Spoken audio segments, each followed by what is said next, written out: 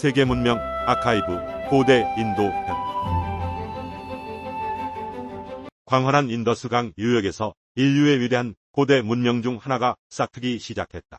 메소포타미아, 이집트 황하 문명과 어깨를 나란히 한 인더스 문명의 장대한 서막이 오른 것이다. 이 비옥한 땅은 거대한 도시와 복잡한 사회의 요람이 되었다. 인더스 문명의 여명기인 초기 하라파 시대가 시작되었다. 사람들은 강가에 작은 마을을 이루고 정착했다. 이들은 농경기술을 발전시키며 다가올 도시 문명의 초석을 다졌다. 소박하지만 의미 있는 첫걸음이었다. 인더스 강은 문명의 젖줄이었다. 강이 제공하는 풍부한 물과 비옥한 퇴적토 덕분에 안정적인 농업이 가능했다. 사람들은 강을 중심으로 모여들었고 인구는 점차 증가하며 더 큰 공동체를 형성했다. 기원전 2600년경 인더스 문명은 성숙기에 접어들었다. 이 시기에는 놀라운 수준의 계획도시들이 등장했다. 하라파와 모헨조다로 같은 대도시는 당대 최고의 도시 계획 기술을 보여주었다. 모헨조다로는 고대 도시 계획의 정수였다. 도시는 바둑판 모양의 격자형 도로망으로 구획되었다. 모든 건물은 불에 고운 표준화된 벽돌로 지어져 견고함과 통일성을 자랑했다. 이는 강력한 중앙 권력의 존재를 시사한다. 모헨조다로의 중심부에는 거대한 대욕장이 있었다. 정교하게 지어진 이 목욕시설은 종교적 의식이나 공중위생을 위한 공간으로 추정된다. 이는 도시에 발달된 공공건축기술과 사회적 기능을 보여주는 중요한 증거다. 또 다른 주요 도시 하라파에서는 거대한 곡물창고 유적이 발견되었다. 이 시설은 도시의 농업 생산물을 체계적으로 수집하고 관리했음을 보여준다. 잘 조직된 경제 시스템이 문명의 번영을 뒷받침했다. 인더스 문명의 도시들은 세계 최초 수준의 위생시설을 갖추었다. 거리마다 덮개가 있는 배수로가 설치되었고 각 가정의 목욕시설과 연결되었다. 이는 공중 보건에 대한 높은 이해를 보여준다. 수천 개의 작은 인장이 발견되었지만 그 문자는 아직 해독되지 않았다. 인장에는 동물 문양과 함께 상형 문자가 새겨져 있다. 주로 교역품의 소유권을 표시하거나 행정적 목적으로 사용되었을 것으로 보인다. 인더스 문명 전역에서는 놀라울 정도의 표준화가 이루어졌다. 벽돌은 일정한 비율로 제작되었고 무게를 재는 저울추 역시 통일된 체계를 따랐다. 이는 광범위한 지역을 아우르는 통합된 사회였음을 증명한다. 인더스 사람들은 숙련된 금속 공예가였다. 구리와 청동을 다루는 기술이 뛰어났으며 이를 이용해 도구, 무기, 장신구 등을 만들었다. 특히 청동으로 만든 무기상은 이들의 예술적 성취를 잘 보여준다. 그 이후로 빚어 구운 수많은 테라코타 인형이 출토되었다. 이 인형들은 소나 양 같은 동물부터 여신상으로 추정되는 인물까지 다양하다. 당시 사람들의 일상과 신앙을 엿볼 수 있는 귀중한 자료다. 인더스 문명은 바다를 통해 멀리 메소포타미아와도 교역했다. 메소포타미아 유적에서 인더스 인장이 발견된 것이 그 증거다. 이들은 배를 이용해 목화 직물 구슬 등을 수출하며 해상 무역을 주도했다. 항구 도시 로탈에는 세계에서 가장 오래된 것으로 알려진 독 유적이 남아있다. 거대한 벽돌 구조물인 이 독은 배가 드나들며 화물을 싣고 내리는 중요한 시설이었다. 활발했던 해상 교역의 중심지였다. 농업은 인더스 문명의 경제적 기반이었다. 농부들은 밀과 보리를 주로 재배했으며 목화를 세계 최초로 경작한 지역 중 하나였다. 풍부한 농산물은 거대한 도시 인구를 부양하는 원동력이었다. 수백 년간 번영을 누렸던 인더스 문명은 기원전 1900년경부터 서서히 쇠퇴하기 시작했다. 잘 정비되었던 도시들은 질서를 잃어갔고 인구도 점차 줄어들었다. 문명의 황혼이 다가오고 있었다. 문명 쇠퇴의 주요 원인 중 하나로 기후 변화가 꼽힌다. 점차 건조해지는 기후는 농업에 큰 타격을 주었다. 또한 문명의 젖줄이었던 일부 강들의 흐름이 바뀌거나 마르면서 도시의 생존 기반이 흔들렸다. 농업 기반과 교역망이 붕괴되자 대도시는 더 이상 유지될 수 없었다. 모헨조다로와 하라파 같은 거대 도시들은 결국 버려졌다. 사람들은 도시를 떠나 소규모 농촌으로 흩어졌다. 도시 문명은 사라졌지만 인더스 문명의 유산은 완전히 사라지지 않았다. 사람들은 작은 마을 단위로 흩어져 살며 명맥을 이었다. 후기 하라파 문화는 이후 인도의 역사와 문화에 그 흔적을 남겼다. 인더스 문명이 쇠퇴하던 무렵 중앙아시아로부터 인도 아리아인들이 인도, 아대륙으로 이주해왔다는 가설이 유력하다. 이들은 새로운 언어와 문화를 가져왔고 인도의 역사에 새로운 시대인 베다 시대의 막을 열었다. 새로운 이주민들은 인도 아리아어군에 속하는 언어를 사용했다. 이 언어는 점차 북인도 전역으로 퍼져나가며 기존의 언어들과 융합되거나 대체되었다. 특히 산스크리트어는 종교의식과 학문의 언어로 자리잡으며 베다 문화의 핵심적인 역할을 수행했다. 이 언어의 확산은 단순히 의사소통의 변화가 아닌 문화적 지배의 과정이기도 했다. 기원전 1500년경부터 인도 역사는 초기 베다 시대로 접어들었다. 이 시기는 신들과 자연을 찬양하는 노래인 베다를 중심으로 문화가 형성되었다. 아리아인들은 아직 정착 생활을 하지 않고 가축배를 이끌고 초원을 이동하는 반유목 생활을 했다. 그들의 사회는 혈연을 중심으로 한 부족 단위로 구성되어 있었다. 가장 오래된 베다인 리그베다는 문자로 기록되지 않았다. 대신 수세기 동안 브라만 사제 계층에 의해 입에서 입으로 전승되었다. 이들은 복잡하고 방대한 찬가들을 정확하게 암기하고 후대에 전달하는 역할을 맡았다. 구전 전통은 베다의 신성함을 보존하는 중요한 수단이었다. 리그베다의 형성은 베다 시대의 정신적 토대를 마련했다. 초기 베다 시대의 판테온에는 다양한 신들이 존재했다. 그중 가장 중요한 신은 천둥과 전쟁의 신 인드라였다. 그는 악을 물리치고 질서를 수호하는 강력한 전사로 묘사되었다. 불의 신 아그니 또한 핵심적인 신이었다. 그는 재물을 신들에게 전달하는 사자이자 인간과 신을 연결하는 매개체로 숭배되었다. 초기 베다 사회의 경제 기반은 목축이었다. 소는 가장 중요한 재산이자 부의 척도였다. 이들은 소와 말을 기르며 새로운 목초지를 찾아 끊임없이 이동했다. 농업은 아직 부차적인 활동에 머물렀다. 이러한 유목적 생활 방식은 그들의 사회 구조와 가치관 전반에 깊은 영향을 미쳤다. 전쟁의 주된 목적 역시 가축을 약탈하는 것이었다. 베다 시대의 사회는 자나라고 불리는 부족, 공동체를 기본 단위로 했다. 각 자나는 라잔이라 불리는 부족장이 이끌었다. 라잔의 주된 임무는 부족을 보호하고 전쟁을 지휘하는 것이었다. 그의 권력은 세습되기도 했지만 부족민들의 동의를 통해 선출되는 경우도 많았다.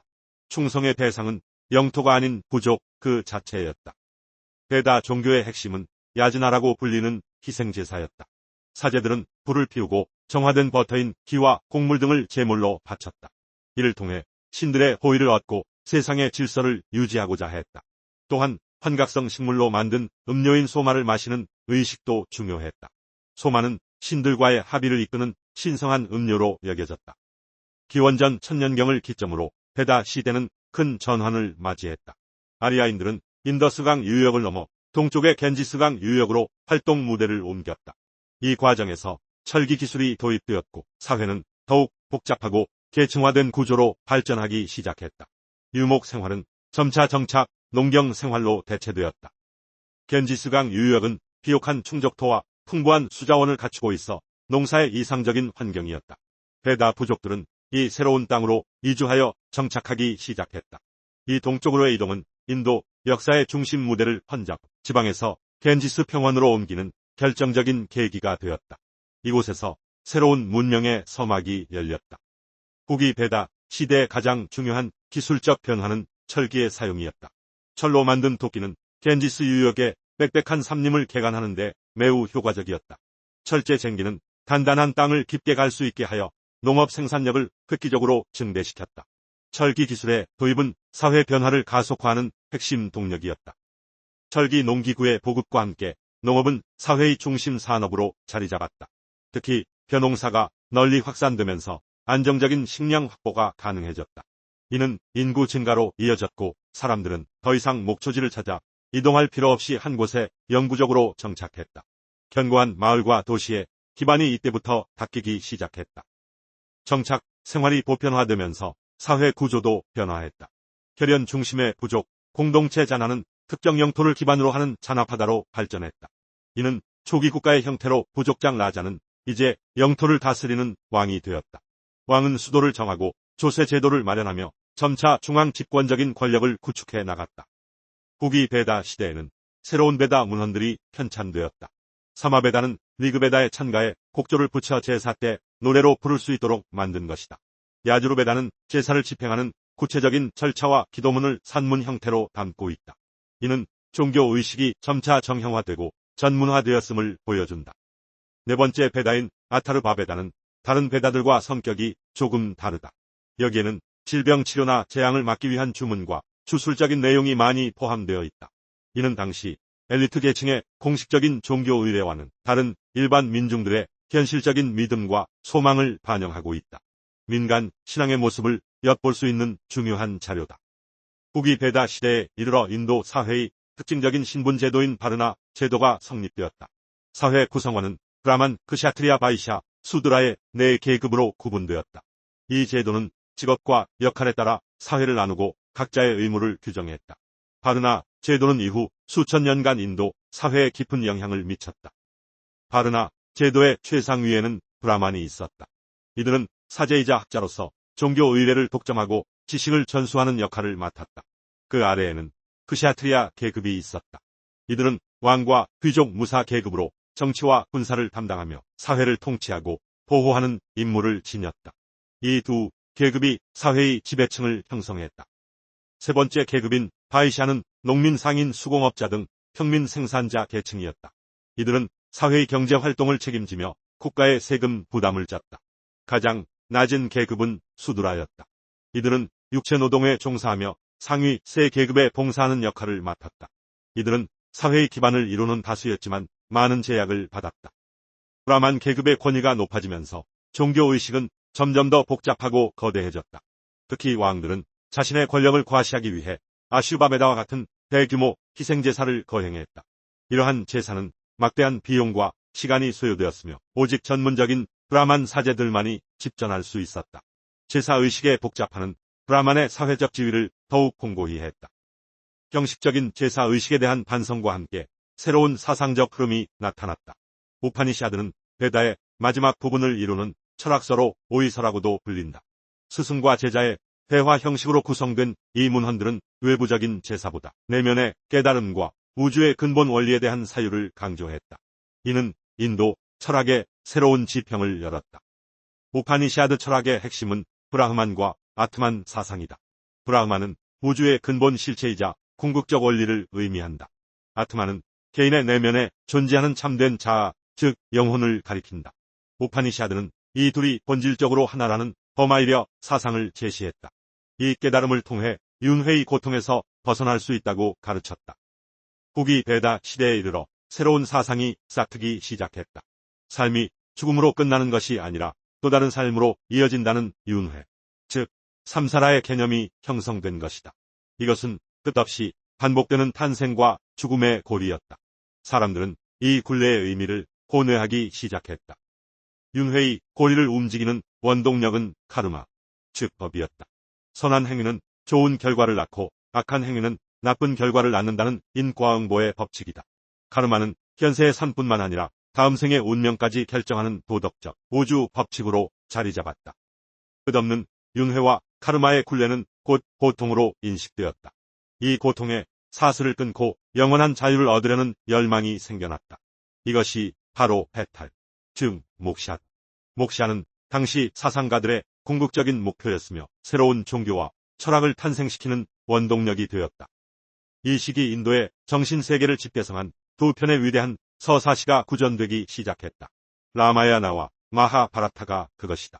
이 이야기들은 단순한 영웅 서사를 넘어 정의와 인간의 도리 그리고 철학적 가르침을 담아 수천 년간 인도인의 삶에 영향을 미쳤다. 기원전 6세기를 전후하여 겐지스강 유역에 새로운 변화의 물결이 일었다. 철기 기술의 보급과 농업 생산량의 증가는 인구 증가와 교역의 발달을 이끌었다. 이는 인더스 문명 이후 약 1000년 만에 나타난 제2차 도시화 시대를 열었다. 새로운 도시들은 정치적 중심지로 성장했다. 북인도 전역에 16개의 주요 왕국과 공화국이 등장하며 이른바 마하자나파다 시대가 시작되었다. 코살라, 카시, 마가다 등 여러 국가들이 각자의 세력을 키우며 공존과 경쟁의 시대를 열었다. 마하자나파다 시대는 치열한 경쟁의 시대였다.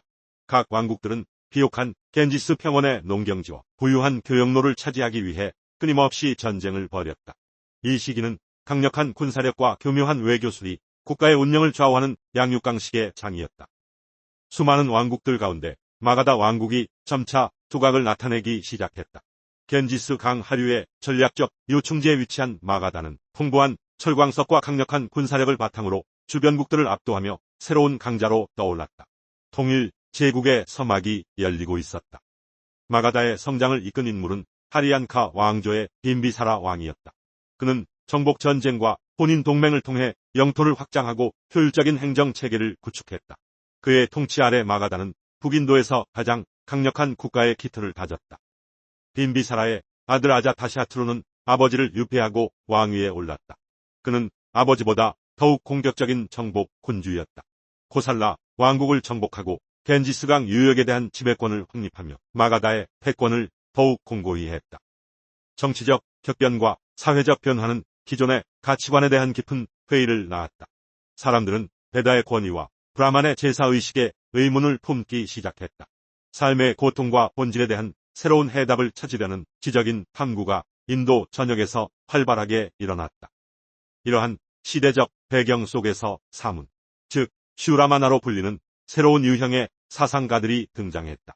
이들은 정해진 거처 없이 떠돌며 고행과 명상을 통해 스스로 깨달음을 얻고자 했다. 이들의 자유로운 사상은 불교와 자인학의 탄생에 큰 영향을 주었다. 기원전 563년경 히말라야 산기슭의 작은 왕국 카필라에서 시아카족의 왕자로 한 아이가 태어났다. 그의 이름은 고타마 시타르타였다. 훗날 세상의 모든 고통받는 중생을 구원할 위대한 스승, 부처의 탄생이었다. 왕자로서 부유한 삶을 누리던 시타르타는 늙음과 병든 죽음의 고통을 목격하고 깊은 충격에 빠졌다. 그는 모든 것을 버리고 고통의 소멸에 이르는 길을 찾기 위해 29세의 나이에 성을 떠나 출가했다. 이후 6년간 혹독한 고행을 계속했다. 극단적인 고행이 해답이 아님을 깨달은 시타르타는 중도의 길을 택했다. 그는 보드가야의 한 보리수 아래에서 깊은 명상에 잠겼다. 마침내 그는 모든 번뇌를 끊고 우주의 진리를 깨달아 부처, 즉 깨달은 자가 되었다. 깨달음을 얻은 부처는 사르나트의 녹야원으로 갔다. 그곳에서 과거에 함께 고행했던 5명의 수행자에게 처음으로 가르침을 받다. 이를 초전법륜이라 한다. 진리의 수레바퀴가 마침내 세상 속으로 구르기 시작한 순간이었다. 부처의 첫 설법 내용은 4가지 성스러운 진리, 즉 사성제였다. 인생은 고통이라는 진리, 고통의 원인은 집착과 가래라는 진리, 그 원인을 없애면 고통이 사라진다는 진리, 그리고 고통을 없애는 방법이 있다는 진리다. 고통을 없애는 구체적인 방법으로 부처는 8가지 바른 길, 즉 팔정도를 제시했다. 또한 이 세상의 모든 것은 홀로 존재하지 않고 서로 의존하여 존재한다는 연기법을 가르쳤다. 이는 불교 사상의 근간을 이루는 심오한 통찰이었다. 부처의 가르침을 따르는 제자들이 모여들면서 승가라는 공동체가 형성되었다. 승가는 추가한 승려들의 수행 공동체이자 부처의 가르침을 보존하고 전파하는 중심적인 역할을 했다. 이를 통해 불교는 체계적인 종교로 발전할 수 있었다. 부처와 동시대에 또 다른 위대한 사상가인 마하비라가 등장했다. 그는 자인학의 24번째 티르탕카라로서 기존의 가르침을 체계화했다. 특히 그는 모든 생명체에 대한 완전한 불살생, 즉 아힘사를 강조하며 엄격한 고행과 윤리적 삶을 가르쳤다. 자인학의 가장 핵심적인 가르침은 아힘사 즉 불살생이었다. 이는 모든 살아있는 존재에 대한 비폭력을 의미했다. 이 철학은 아주 작은 벌레 한 마리의 생명까지도 소중히 여기게 만들었다. 신자들은 걷거나 말할 때에도 무의식 중에 생명을 해치지 않도록 극도의 주의를 기울였다. 이 아힘사 사상은 이후 인도 종교와 철학 전반에 깊은 영향을 미쳤다. 기원전 6세기 후반 서쪽에서 새로운 강대국이 부상했다. 페르시아의 아케메네스 제국이 부유한 인더스 계곡을 넘보기 시작한 것이다. 이는 인도 아대륙 역사상 최초의 대규모 외세 침공이었다.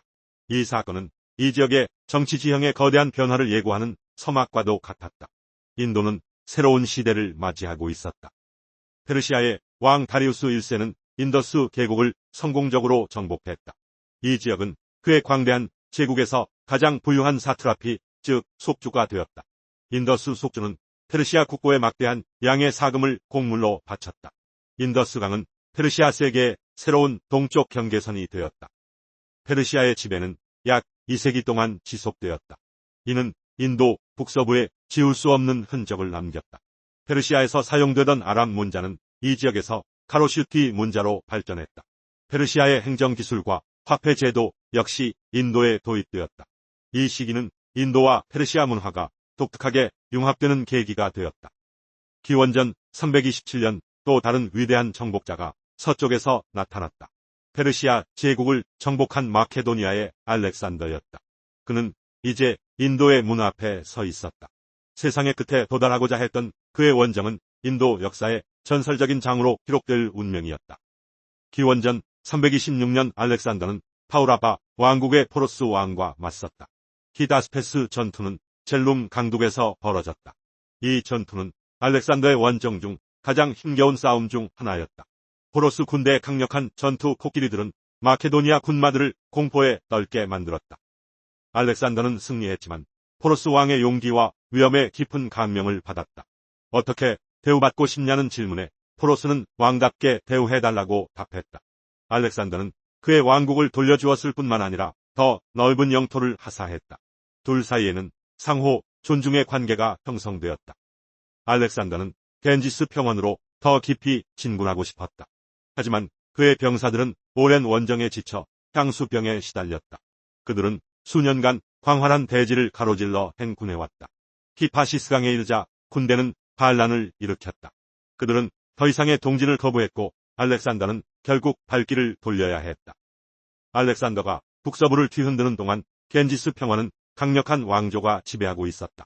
마가다에 기반을 둔 난다 제국은 막대한 부와 군사력으로 유명했다. 하지만 통치자 다나 난다는 탐욕스럽고 출신이 비천하다는 이유로 인기가 없었다. 그의 통치는 불안정했다. 알렉산더의 철수로 생긴 정치적 공백은 새로운 기회를 만들었다. 찬드라굽타 마우리아라는 야심찬 청년이 미천한 신분을 딛고 일어섰다. 그는 기존 권력의 약점을 간파했다. 그는 역사상 처음으로 인도를 하나의 깃발 아래 통일할 운명을 타고났다. 찬드라굽타는 혼자가 아니었다. 그에게는 차나키아라는 명석하고 지략이 뛰어난 브라만 스승이 있었다. 카우틸랴라고도 알려진 그는 정치 전략과 통치술의 대가였다. 차나키아의 지혜는 마우리아 제국을 일으킨 원동력이었다. 찬드라굽타는 차나키아의 지도를 받아 대규모 군대를 일으켰다. 그는 난다 제국을 상대로 전쟁을 벌여 승리했다. 인기가 없던 다나 난다는 타도되었다. 마가다의 수도 파탈리푸트라는 찬드라굽타의 군대에 함락되었다. 새로운 시대가 시작된 것이다. 승리 후 찬드라굽타 마우리아는 새로운 왕조를 열었다. 마우리아 제국은 인도 아대륙 대부분을 통일한 최초의 위대한 제국이었다. 제국의 건국은 인도 역사의 전환점이었다. 이는 정치적 안정과 경제적 번영을 가져왔다.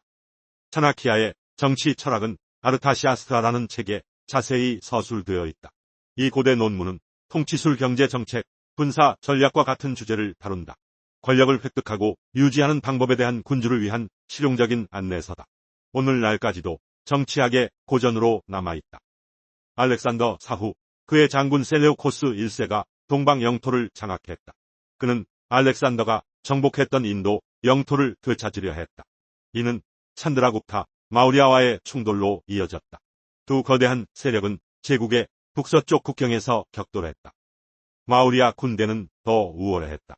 셀레우코스는 오늘날의 아프가니스탄 일부를 포함한 광대한 영토를 찬드라굽타에게 양도해야 했다. 평화 조약이 체결되었고 정략 결혼으로 동맹은 더욱 굳건해졌다. 마우리아 제국의 서부 국경은 이제 안전해졌다.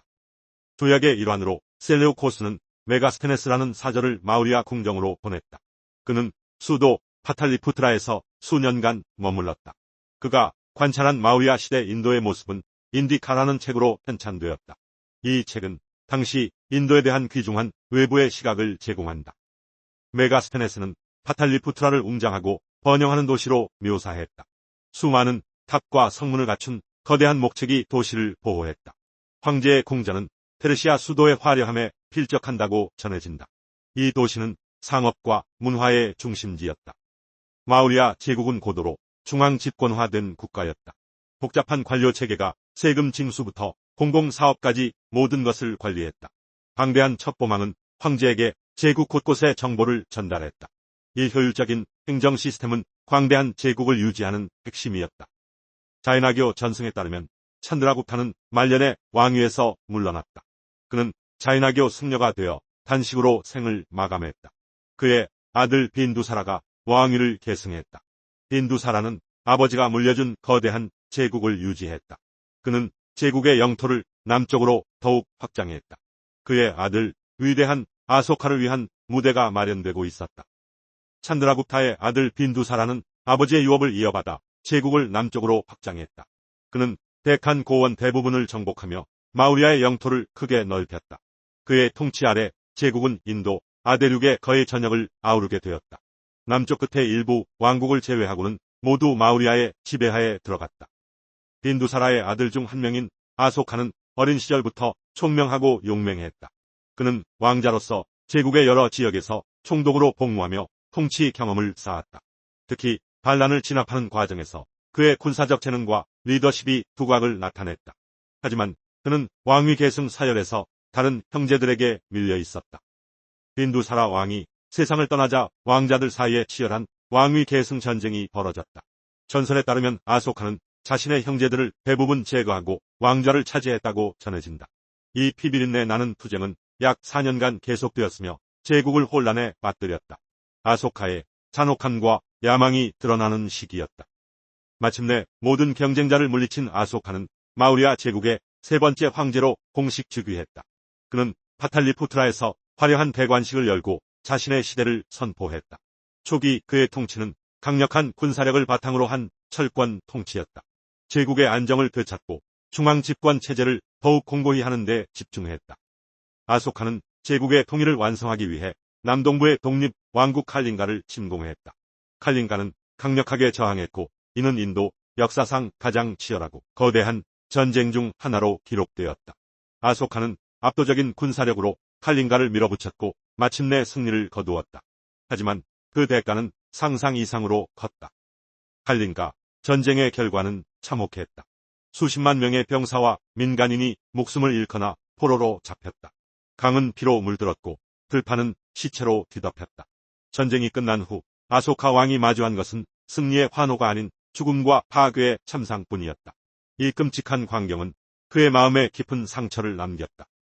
전쟁의 참상에 큰 충격을 받은 아소카는 깊은 후회와 번민에 빠졌다. 그는 자신의 행동을 참회하며 평화와 비폭력의 가르침을 찾기 시작했다. 이 과정에서 그는 불교 승려를 만나 가르침을 듣고 깊은 감명을 받았다. 마침내 그는 불교에 귀의하여 폭력적인 정복을 포기하기로 결심했다.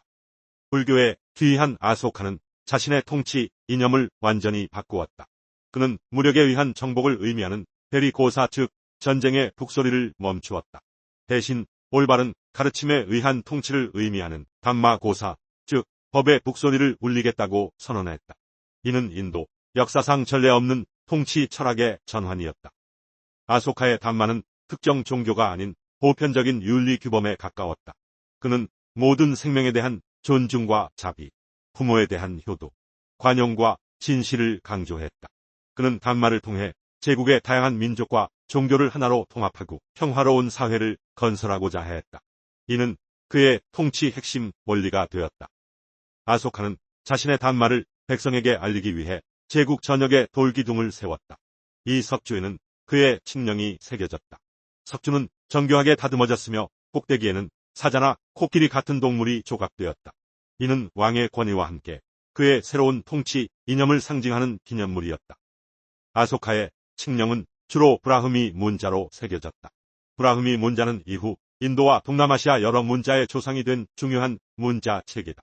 아소카가 제국 전역에 칙령을 반포하면서 브라흐미 문자의 사용이 널리 확산되었다. 이는 인도, 아대륙의 문자 발달 역사에 큰 획을 그은 사건이었다. 아소카는 불교 교단의 분열을 막고 부처의 가르침을 순수하게 보존하기 위해 제3차 불교 결집을 후원했다. 수도 파탈리푸트라에서 열린 이 회의에는 수많은 승려들이 모여 경전과 율법을 정리하고 토론했다. 이 결집을 통해 불교 교리가 체계적으로 정립되었고 이는 불교사에서 매우 중요한 사건으로 평가된다. 제3차 결집 이후 아소카는 불교를 세계적인 종교로 전파하기 위해 대규모 전도단을 조직했다. 이 전도단은 스리랑카, 동남아시아, 이집트, 그리스 등 세계 각지로 파견되었다. 그들은 부처의 평화와 자비의 메시지를 전하며 불교가 인도 밖으로 뻗어나가는데 결정적인 역할을 했다. 아소카의 아들 마힌다와 딸 상가미타는 불법을 전하기 위해 스리랑카로 향했다. 그들은 스리랑카 왕에게 불교를 소개했고 왕은 깊은 감명을 받아 불교에 귀의했다. 상가미타는 부처가 깨달음을 얻은 보리수나무의 가지를 가져가 심었다. 이는 스리랑카 불교의 시작을 알리는 상징적인 사건이었다. 아소카는 백성들의 복지를 위한 대규모 공공사업을 추진했다. 그는 제국 전역에 도로망을 건설하고 여행자들을 위한 쉼터와 우물을 만들었다. 또한 농업 생산량을 늘리기 위해 관계시설을 확충했다. 이러한 정책들은 제국의 경제를 안정시키고 백성들의 삶을 개선하는 데 크게 기여했다. 아소카의 자비심은 인간뿐만 아니라 동물에게까지 미쳤다. 그는 불필요한 살생을 금지하고 특정 동물의 사냥을 제한하는 법령을 발표했다. 또한 동물을 위한 병원을 설립하고 그들의 서식지를 보호하는 정책을 펼쳤다. 이는 역사상 최초의 국가주도 동물보호 정책으로 기록된다. 아소카는 광대한 제국을 효율적으로 다스리기 위해 중앙 집권적인 행정체계를 강화했다. 그는 담마, 마하마트라라는 새로운 관직을 만들어 담마의 원칙이 잘 지켜지는지 감독하게 했다. 이들은 제국 곳곳을 순회하며 백성의 고충을 듣고 정의를 실현하는 역할을 맡았다. 약 40년간의 통치 끝에 아소카 대왕은 세상을 떠났다. 그는 정복 군주에서 평화의 사도로 변모하며 인도 역사에 지울 수 없는 족적을 남겼다. 그의 담마 통치는 후대 왕들에게 깊은 영감을 주었으며 그의 이름은 인도의 가장 위대한 통치자 중 한 명으로 영원히 기억되었다. 아소카 대왕의 죽음은 마우리아 제국 쇠퇴의 시작이었다. 그의 강력한 카리스마와 통치력이 사라지자 제국은 구심점을 잃고 흔들리기 시작했다. 후계자들은 아소카만큼 유능하지 못했고 광대한 제국을 통제할 힘이 부족했다. 제국 곳곳에서 반란의 조짐이 나타나기 시작했다. 아소카 이후의 왕들은 제국을 제대로 통치하지 못했다. 왕위 계승을 둘러싼 분쟁이 계속되었고 중앙정부의 권위는 약화되었다. 지방 총독들은 점차 독립적인 세력으로 성장했고 제국은 동서로 분열되었다. 한때 인도, 아대륙을 통일했던 위대한 제국은 서서히 해체의 길을 걷고 있었다. 아소카 사후 마우리아 제국은 급격히 쇠퇴했다. 거대한 군대와 관료 조직을 유지하는 비용은 막대했다. 화폐 가치를 떨어뜨리는 등 재정난을 해결하려 했지만 역부족이었다. 중앙의 통제력이 약화되자 지방 총독들은 점차 독립적인 세력으로 성장했다. 제국의 기반이 흔들리기 시작한 것이다. 기원전 185년 마우리아의 마지막 황제 브리하드라타가 군대를 사열하고 있었다. 바로 그 순간 그의 총사령관이었던 푸샤미트라 시움가가 그를 시해했다. 황제의 죽음은 백성들 앞에서 일어난 충격적인 사건이었다. 이로써 130여 년간 인도를 통일했던 위대한 마우리아 제국은 허무하게 막을 내렸다. 브리하드라타의 죽음은 단순한 왕위 찬탈이 아니었다. 그것은 한 시대의 종말을 의미했다. 아소카가 세운 불교 중심의 통치 이념은 힘을 잃었다. 제국이 사라진 북인도에는 권력의 공백이 생겼다. 곧이어 새로운 왕조들이 등장하며 인도는 다시 분열과 경쟁의 시대로 접어들었다. 푸샤미트라 시움가는 마가다를 중심으로 새로운 왕조를 열었다. 이것이 바로 시움가 왕조의 시작이었다. 그는 마우리아의 영토 대부분을 차지하지는 못했다. 하지만 겐지스강 중상류 유역의 핵심 지역을 장악하며 북인도의 새로운 강자로 떠올랐다. 시움가 왕조는 약 100년간 지속되었다. 푸샤미트라 시움가는 강력한 군주였다. 그는 북서쪽에서 침입해온 인도 그리스 왕국을 격퇴하며 영토를 지켰다.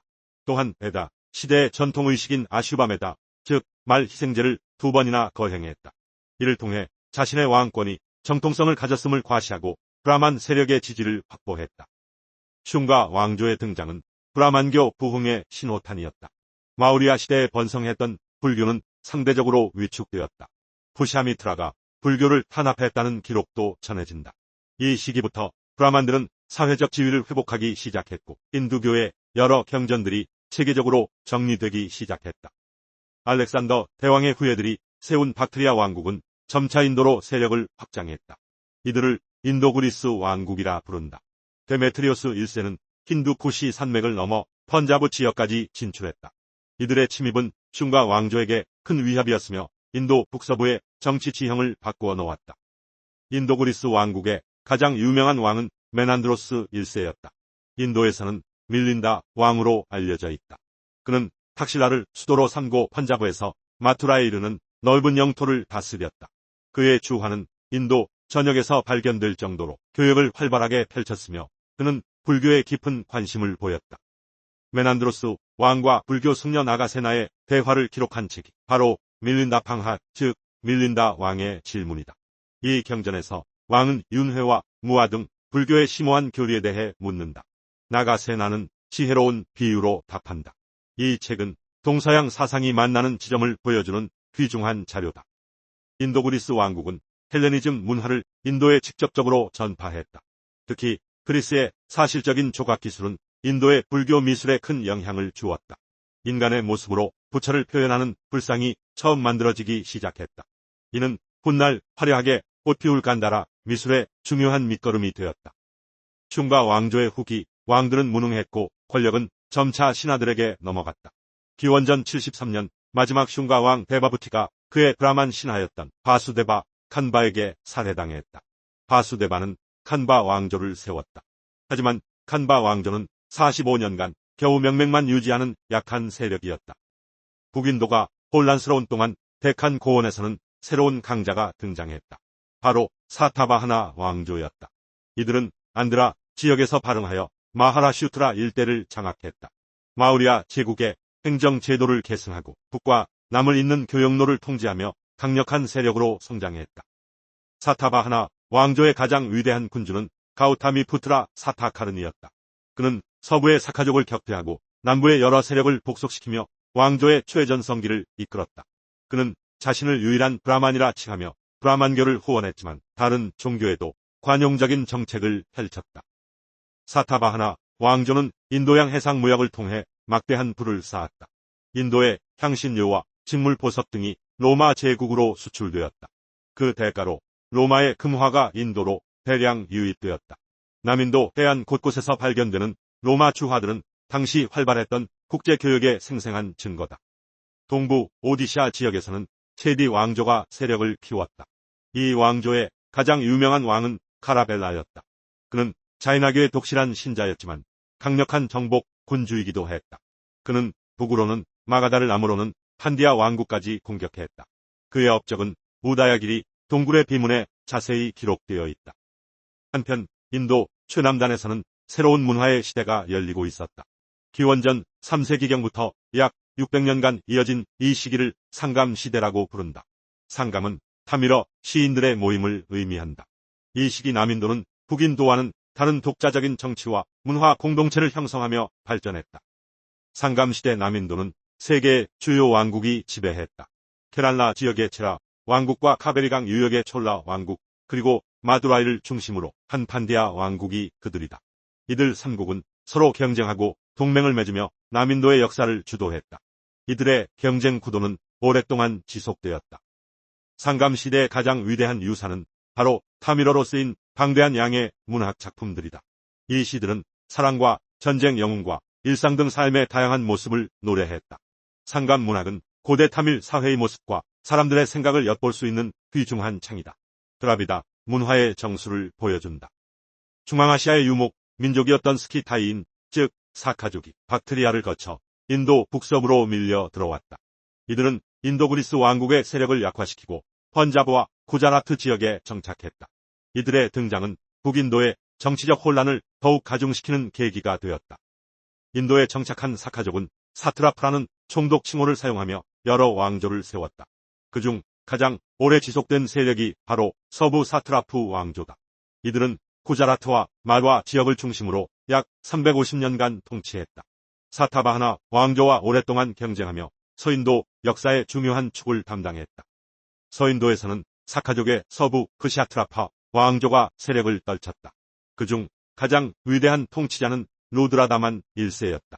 그는 사타바하나 왕조를 격파하며 영토를 확장했다. 또한 산스크리트 문학의 위대한 후원자로서 주나가드 바위 비문을 통해 자신의 업적을 산스크리트어로 기록했다. 북서부에서는 새로운 세력이 등장했다. 바로 이란계 유목민인 파르티아인, 즉 팔라바족이었다. 이들은 인도스키타이 왕국을 대체하며 간다라 지역을 중심으로 인도 파르티아 왕국을 세웠다. 가장 유명한 왕인 곤도파레스의 통치 아래 이들의 영향력은 잠시나마 절정에 달했다. 중앙아시아에서 발원한 또 다른 거대한 물결이 인도의 운명을 바꾸었다. 월지족의 한 분파였던 쿠시안족이 박트리아를 중심으로 힘을 키웠다. 이들은 파르티아인과 사카족을 몰아내고 북인도와 중앙아시아를 아우르는 대제국의 서막을 열었다. 새로운 시대가 시작되고 있었다. 쿠시안족의 뿌리는 월지족에게서 찾을 수 있다. 본래 타림 분지에 살던 이들은 흉노에게 밀려 서쪽으로 대이동을 시작했다. 기나긴 여정 끝에 이들은 아무다리아강 유역의 박트리아에 정착했다. 이곳에서 5 부족으로 나뉘어 있던 월지는 새로운 역사를 준비했다. 혼란스러웠던 월지 5 부족을 하나로 통일한 인물은 후줄라 카드피세스였다. 그는 뛰어난 리더십으로 쿠시안 왕조를 창건했다. 그는 남쪽으로 진출하여 카불 계곡과 간다라 지역을 정복했다. 쿠시안 제국의 초석은 이렇게 단단하게 다져졌다. 쿠시안 제국의 최전성기는 카니슈카 대왕의 시대에 열렸다. 그는 위대한 정복, 군주이자 문예와 종교의 열렬한 후원자였다. 그의 통치 아래 쿠시안 제국의 영토는 중앙아시아에서 북인도, 겐지스강 유역까지 확장되었다. 제국의 황금기가 시작된 것이다. 카니슈카는 수도를 프루시아프라, 지금의 파키스탄 페샤와르로 옮겼다. 이곳은 제국의 정치, 경제, 문화의 중심지였다. 특히 그는 거대한 불탑을 세워 불교에 대한 깊은 신앙심을 드러냈다. 도시는 동서양의 상인과 순례자들로 항상 붐볐다. 쿠시안 제국의 번영은 실크로드 무역 장악에 있었다. 제국은 중국과 로마 페르시아를 잇는 교역로의 심장부를 통제했다. 비단과 향신료, 보석과 같은 사치품이 오갔고 막대한 부가 제국으로 흘러 들어왔다. 쿠시안은 동서 문명 교류의 가교 역할을 했다. 카니슈카 대왕은 불교의 위대한 수호자였다. 그는 아소카 대왕 이후 처음으로 대규모 불교 경전 결집을 후원했다. 가슈미르에서 열린 제4차 결집에는 수많은 학생들이 모여 불교 교리를 체계적으로 정리했다. 이는 불교 역사상 매우 중요한 사건이었다. 쿠시안 시대는 대승 불교가 크게 발전한 시기였다. 개인의 해탈을 넘어 모든 중생의 구제를 이상으로 삼는 보살 사상이 널리 퍼졌다. 제4차 결집은 이러한 대승 불교의 교리를 확립하고 전파하는 데 결정적인 계기가 되었다. 불교는 새로운 단계로 접어들었다. 쿠시안 제국의 후원 아래 간다라 지역에서는 독특한 불교 미술이 꽃을 피웠다. 이는 인도의 불교적 주제와 그리스 로마의 사실주의적 표현 양식이 결합된 것이었다. 간다라 미술은 불교 미술사의 큰 획을 그으며 동아시아까지 영향을 미쳤다. 간다라 미술의 가장 큰 특징은 그리스 로마 조각 양식의 영향이었다. 신처럼 이상화된 인체 표현 깊고 사실적인 옷주름 등은 헬레니즘 미술의 유산이었다. 동양의 정신과 서양의 형식이 만나 인류 역사상 가장 위대한 예술 중 하나를 탄생시켰다. 한편 쿠시안 제국의 또 다른 중심지였던 마투라에서는 인도 고유의 미술 양식이 발전했다. 붉은 사암을 사용한 마투라 불상은 풍만하고 힘찬 모습으로 표현되었다. 이는 간다라 미술과는 다른 토착적인 미의식을 반영한 것으로 인도 미술의 중요한 한 축을 이루었다. 이전까지 불상은 발자국이나 보리수 법륜 등으로 상징적으로만 표현되었다. 인간의 모습을 한 불상이 처음 만들어진 것이 바로 쿠시안 시대였다. 간다라와 마투라 두 지역에서 거의 동시에 불상이 제작되기 시작하며 불교 신앙의 형태에 큰 변화를 가져왔다.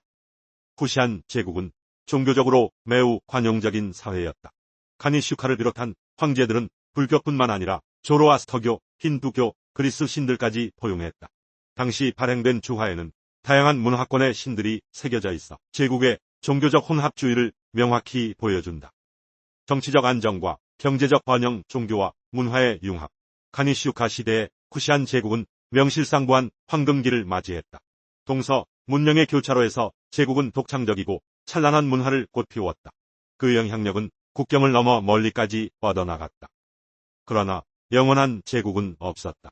3세기 초 이란 고원에서 새로운 강자 사산조 페르시아가 등장했다.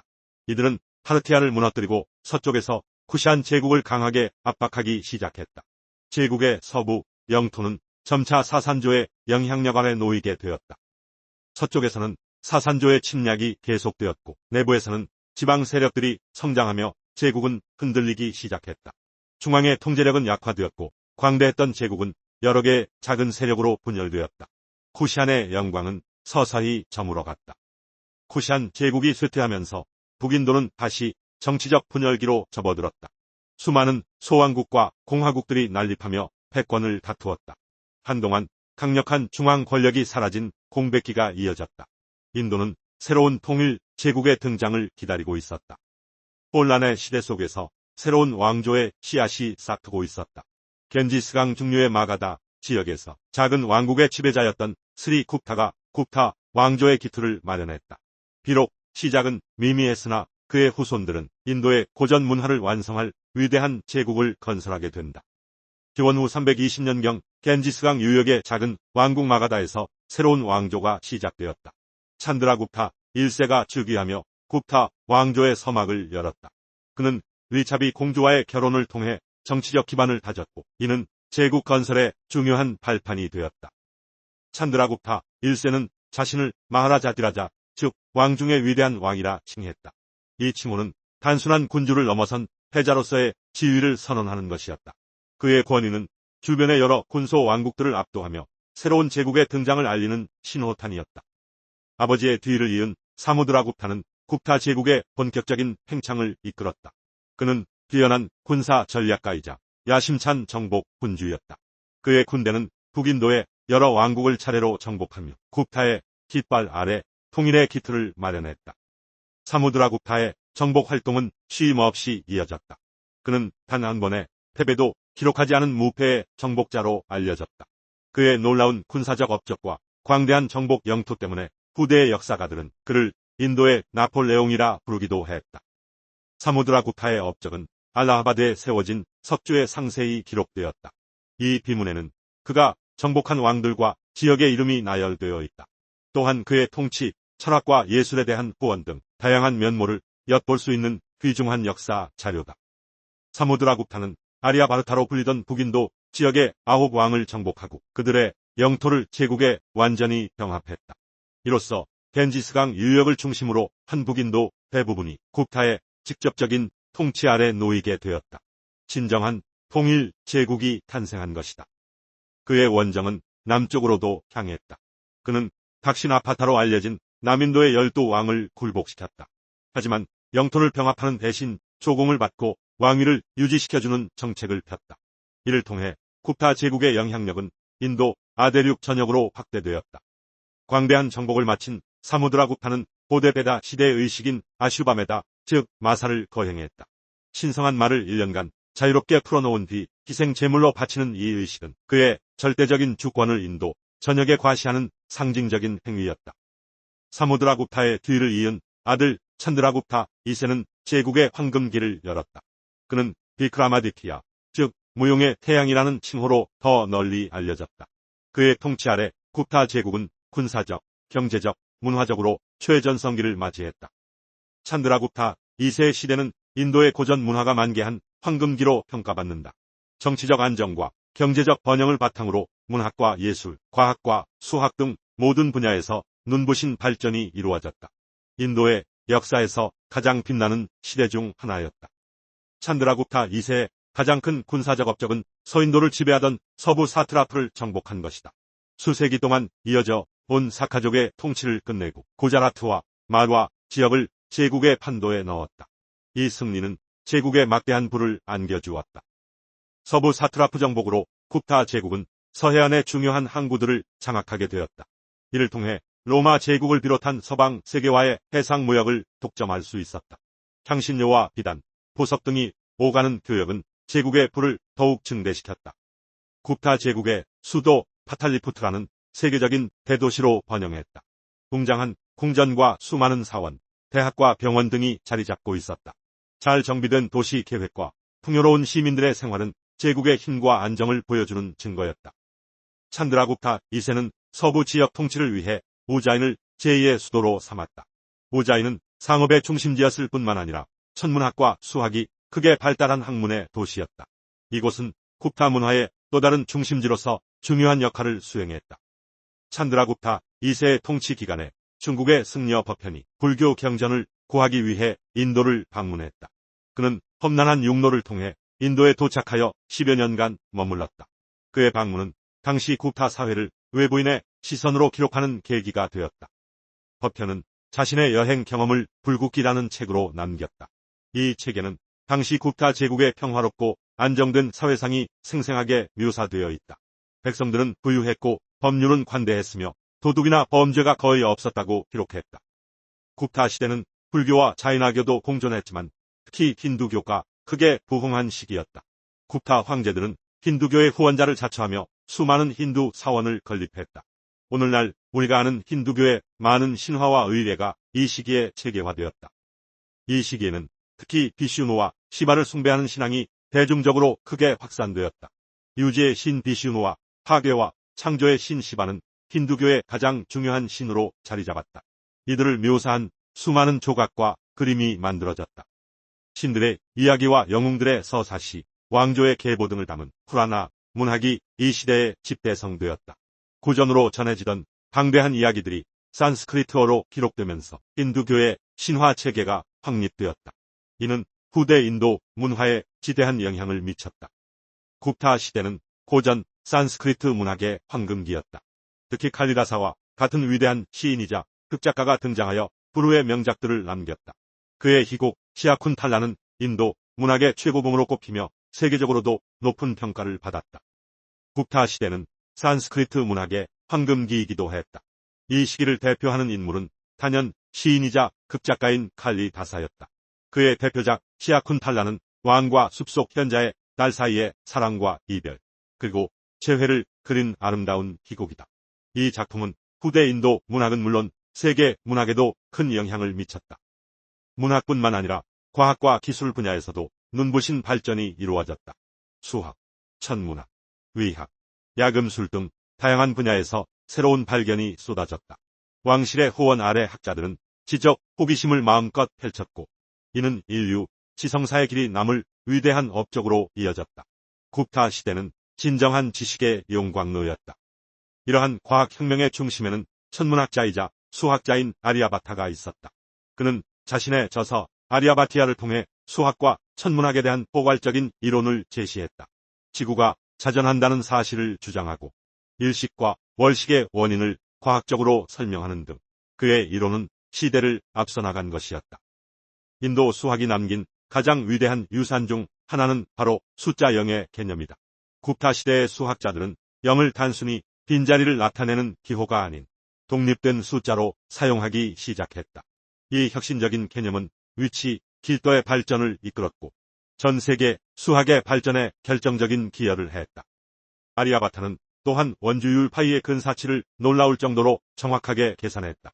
그는 지름이 2만일 때 원의 둘레는 약 62,830이라고 기술했다. 이를 통해 계산된 파이 값은 3.1419로 당시로서는 세계 최고 수준의 정확도를 자랑했다. 이는 인도 수학의 높은 수준을 보여주는 증거였다. 의학 분야에서도 괄목할 만한 성과가 있었다. 수시우루타가 저술한 것으로 알려진 의학서 수시우루타 사미타에는 외우 정교하고 복잡한 외과 수술법이 기록되어 있다. 성형 수술, 백내장 수술, 골절 치료 등에 대한 상세한 설명은 당시 인도의 해부학 지식과 외과 기술이 상당한 수준이었음을 보여준다. 굽타 시대의 뛰어난 야금술은 델리에 서 있는 철 기둥이 증명한다.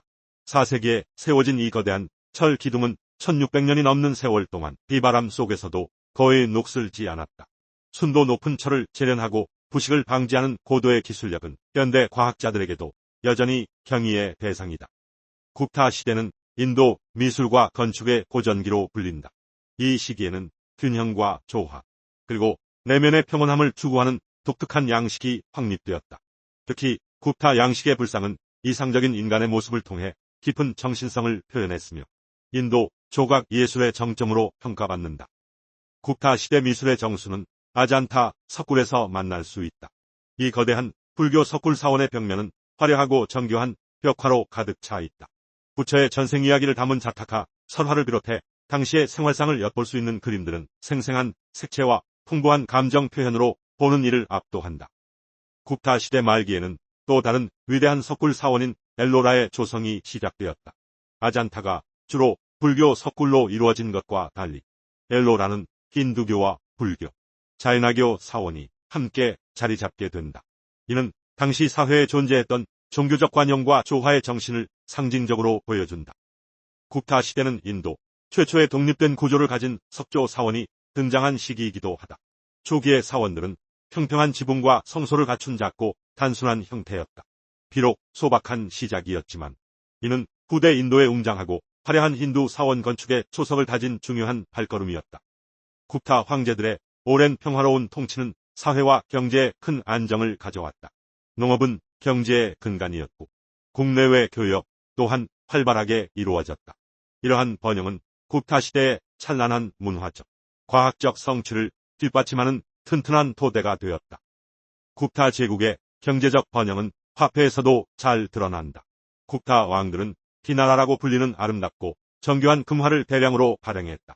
이 금화에는 활을 쏘거나 사자를 사냥하는 등 다양한 모습의 왕이 새겨져 있어 왕의 권위와 예술적 세련미를 동시에 보여주었다.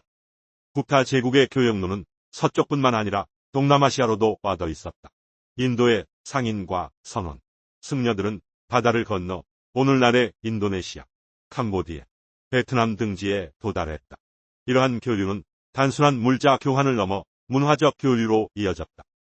이러한 해상 교류를 통해 인도의 문화와 종교, 정치 사상이 동남아시아 전역으로 퍼져나갔다. 산스크리트어는 여러 왕국의 공중 언어가 되었고 힌두교와 불교 사상은 현지 예술과 건축, 신앙 체계에 깊은 영향을 미치며 독특한 혼합 문화를 탄생시켰다. 찬드라굽타 2세의 뒤를 이은 쿠마라굽타 1세의 오랜 통치 기간 동안 굽타 제국은 평화와 번영을 계속 누렸다. 그는 선대 황제들이 구축한 행정 및 군사 체계를 안정적으로 유지하며 광대한 제국을 다스렸다. 그의 치세는 굽타 황금기의 마지막 절정기였다. 쿠마라굽타 1세가 남긴 가장 위대한 유산은 바로 날란다 대승원의 설립이다. 훗날 날란다 대학으로 발전하는 이 교육기관은 고대 세계에서 가장 중요한 학문의 중심지 중 하나가 되었다. 이곳은 아시아 전역의 학자들을 끌어들이는 지식의 등대 역할을 했다. 날란다는 불교 학문의 요람이었다. 거대한 도서관에는 수많은 경전이 보관되었고 철학, 논리학, 의학, 수학 등 다양한 학문을 가르쳤다. 수천 명의 학생과 스승이 이곳에 머물며 치열한 학문적 토론을 벌였고 불교 사상의 발전에 크게 기여했다. 쿠마라굽타의 뒤를 이어 그의 아들 스칸다굽타가 왕위에 올랐다. 그의 통치는 시작부터 어두운 그림자가 드리워져 있었다. 오랜 평화를 누리던 제국은 이제 북서쪽에서 밀려오는 강력한 새로운 위협에 직면해야 했다. 굽타 제국의 황금기는 서서히 저물고 있었다. 그 위협은 중앙아시아에서 온 유목민 집단인 후나족이었다. 그들의 반복적인 침공은 굽타 제국의 군사력과 재정에 엄청난 압박을 가했다.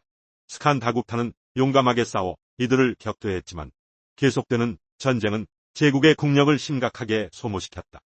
굽타 제국의 평화는 영원하지 않았다. 5세기 후반 중앙아시아에서 발원한 유목민족 후나족이 인도의 북서쪽 국경을 위협하기 시작했다. 이들은 백훈 또는 에프탈이라고도 불렸으며 강력한 군사력으로 주변 국가들을 공포에 떨게 만들었다. 굽타 제국은 역사상 가장 강력한 외부의 도전에 직면하게 되었다. 당시 황제였던 스칸다굽타는 이 위협에 맞서 싸웠다. 그는 제국의 모든 역량을 동원하여 후나족의 침입을 성공적으로 격퇴했다. 이 승리는 굽타 제국의 군사적 저력을 보여주었지만 그 대가는 엄청났다. 전쟁은 제국의 국고를 심각하게 고갈시키는 결과를 낳았다. 후나족과의 계속된 전쟁은 굽타 제국의 경제에 큰 부담을 주었다. 막대한 군사비 지출로 인해 제국의 재정은 바닥을 드러내기 시작했다. 한때 황금으로 가득 찼던 국고는 텅 비어갔고 이는 제국의 행정 및 군사 유지 능력을 약화시켰다. 재정 위기를 타개하기 위해 굽타 황제들은 화폐의 질을 떨어뜨리기 시작했다. 금화에 섞이는 다른 금속의 비율이 점차 높아졌고 이는 화폐 가치의 하락으로 이어졌다. 시장에서는 신뢰를 잃은 화폐 때문에 경제적 혼란이 가중되었다. 제국의 번영은 빛을 잃어가고 있었다. 스칸다굽타 사후 굽타 제국은 뚜렷한 쇠퇴의 길을 걷기 시작했다. 계속되는 외침과 심각한 재정난 그리고 유능한 지도자의 부재는 제국의 기반을 흔들었다. 인도의 황금기라 불렸던 위대한 시대가 서서히 저물고 있었다. 스칸다국타를 이은 후계자들은 선대 황제들만큼의 역량을 보여주지 못했다. 중앙정부의 권위는 약화되었고 황족들 사이에서는 권력 다툼이 끊이지 않았다. 제국은 내부로부터 분열되기 시작했으며 통일된 힘을 발휘할 수 없게 되었다. 중앙의 통제력이 약해지자 각지의 지방 총독들과 봉신들이 독립적인 세력으로 성장했다. 그들은 더 이상 굽타 황제에게 충성을 바치지 않고 자신들의 영지를 독자적으로 다스리기 시작했다. 거대했던 굽타 제국은 여러 개의 작은 세력으로 조각나고 있었다. 굽타 제국의 내분이 심화되자 후나족은 이를 놓치지 않고 다시 인도를 침공했다. 이번 침공은 이전보다 훨씬 더 파괴적이었다. 분열된 굽타 세력은 효과적으로 저항하지 못했고 후나족은 북인도 깊숙이 진격해 들어왔다. 후나족의 지도자 토라만하는 북인도 대부분을 정복하고 자신의 왕국을 세웠다. 그의 아들 미히라쿨라는 아버지보다 더 잔혹한 통치자로 알려졌다. 그의 통치 아래 북인도는 극심한 혼란과 파괴를 겪었으며 특히 불교 사원들이 큰 피해를 입었다. 후나족의 지배는 북인도 사회에 깊은 상처를 남겼다. 수많은 도시와 마을이 파괴되었고 학문과 예술의 중심지였던 사원들은 폐허로 변했다. 굽타 시대에 이룩했던 문화적 번영은 심각한 타격을 입었고 인도의 고전 시대는 막을 내리고 있었다. 6세기 중반에 이르러 굽타 제국은 이름만 남은 채 실질적으로 붕괴했다. 황제의 권위는 수도 주변의 좁은 지역에만 미쳤고 한때 광대했던 영토는 수많은 독립 왕국들로 나뉘었다. 찬란했던 굽타의 시대는 역사의 뒤안길로 사라졌다. 굽타 제국이 사라진 북인도는 정치적 공백 상태에 빠졌다. 여러 소왕국들이 난립하여 서로 패권을 다투는 군웅할거의 시대가 시작되었다. 인도는 다시 한번 기나긴 분열과 혼란의 시기를 맞이하게 된 것이다. 통일 제국의 안정은 이제 먼 과거의 이야기가 되었다. 한편 굽타 제국과 동시대의 데칸 고원에서는 바카타카 왕조가 번성하고 있었다. 그들은 굽타 왕실과 혼인관계를 맺으며 긴밀한 동맹을 유지했다. 특히 아잔타 석굴의 아름다운 벽화와 조각은 바카타카 왕조의 높은 예술적 수준을 보여주는 증거다. 북인도가 혼란에 빠진 사이 남인도에서는 새로운 강자인 팔라바 왕조가 부상했다. 그들은 칸치푸람을 수도로 삼아 강력한 해상 세력으로 성장했다. 팔라바 왕조는 독특한 사원 건축 양식을 발전시켰으며 동남아시아 문화에도 큰 영향을 미쳤다. 굽타 제국 붕괴 후 겐지스 평원에서는 마우카리 왕조가 주요 세력으로 떠올랐다. 그들은 카나우지를 수도로 정하고 북인도의 패권을 차지하기 위해 노력했다. 카나우지는 이후 수세기 동안 북인도 정치의 중심지로 자리매김하게 된다. 북인도의 여러 왕조들 가운데 타네사르를 기반으로 한 바르다나 왕조가 점차 두각을 나타내기 시작했다. 이 가문에서 곧 북인도의 혼란을 일시적으로 종식시킬 위대한 인물이 등장하게 된다. 그의 이름은 하르샤 바르다나였다. 굽타 제국의 붕괴는 인도 고전 시대의 황금기가 끝났음을 의미했다. 정치적 통일은 사라졌고 사회는 다시 분열되었다. 하지만 굽타 시대가 남긴 풍부한 문화적 유산은 이후 인도 역사에 계속해서 깊은 영향을 미치게 된다. 굽타 시대의 종말은 곧 새로운 시대의 시작이었다. 인도는 이제 중세 시대로 접어들고 있었다. 이 시기는 지역 왕국들의 경쟁과 함께 새로운 사상과 문화가 융합되는 역동적인 변화의 시대가 될 것이었다. 인도의 역사는 새로운 장을 열고 있었다. 바로 이 시기 인도의 서쪽 아라비아 반도에서는 이슬람이라는 새로운 종교와 문명이 탄생하여 빠르게 세력을 확장하고 있었다. 아랍 상인들은 이전부터 인도와 교역했지만 이제 그들은 새로운 종교적 열정과 군사적 힘을 가지고 인도를 바라보기 시작했다. 마침내 8세기 초 아랍의 이슬람 군대가 인더스강 하류의 신드 지역을 침공했다. 이는 인도 역사에서 이슬람 세력과의 첫 번째 대규모 군사적 충돌이었다. 이 사건은 이후 수세기에 걸쳐 인도 아대륙의 역사와 문화를 근본적으로 바꾸어 놓을 거대한 변화의 서막이었다.